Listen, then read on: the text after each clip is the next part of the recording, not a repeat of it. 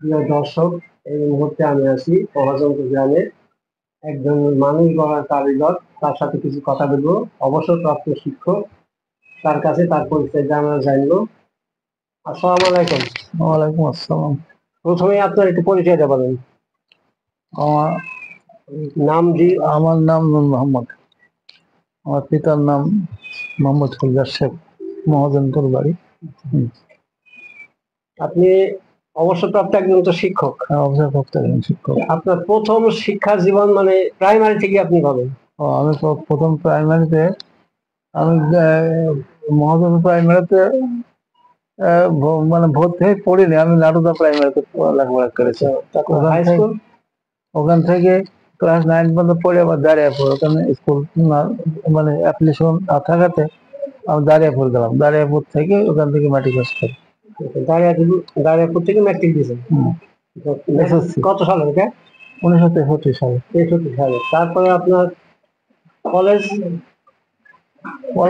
লেখাপড়ার সুযোগ হয়নি, তো ভর্তি হয়েছিলাম চড়া কলেজ, কিন্তু লেখাপড়ার সুযোগ হয়নি। তখন তো আর এই ম্যাট্রিক পাস হতে পারে, তখন চাকরি। হ্যাঁ। তারপরে আপনার প্রথম চাকরি জীবন কোথায়? সরোজগঞ্জ। সরোজগঞ্জ। ওখান থেকে তারপর ট্রান্সফার করে হলেন? অন্য ট্রান্সফার হলাম ওরা হলো বোয়ালমারে। না, নীলমণিগঞ্জ।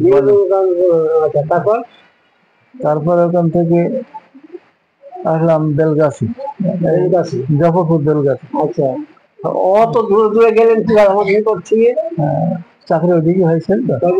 তারপরে জফরপুর থেকে আসি সাহেবপুর।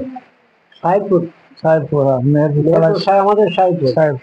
তারপর সাহেবপুর থেকে জতারপুর। জতারপুর থেকে কোমরপুর। থেকে মহাজনপুর। বাবুপুর গেলে বাবুপুর থেকে ফের মহাজনপুর ফিরে এসে রিটায়ার করি। মানে নিজ গ্রামে এসে রিটায়ার হলেন। রিটায়ার হলেন কত সালে? ওটা হলো 2004 সালে। 2004 সালে রিটায়ার। প্রায় 21 বছর হয়ে গেল। এখন সাংসারিক জীবন সম্বন্ধে শুনি, ছেলে মেয়ে কয়জন? আমার ছেলে হলো একজন, 4 জন মেয়ে।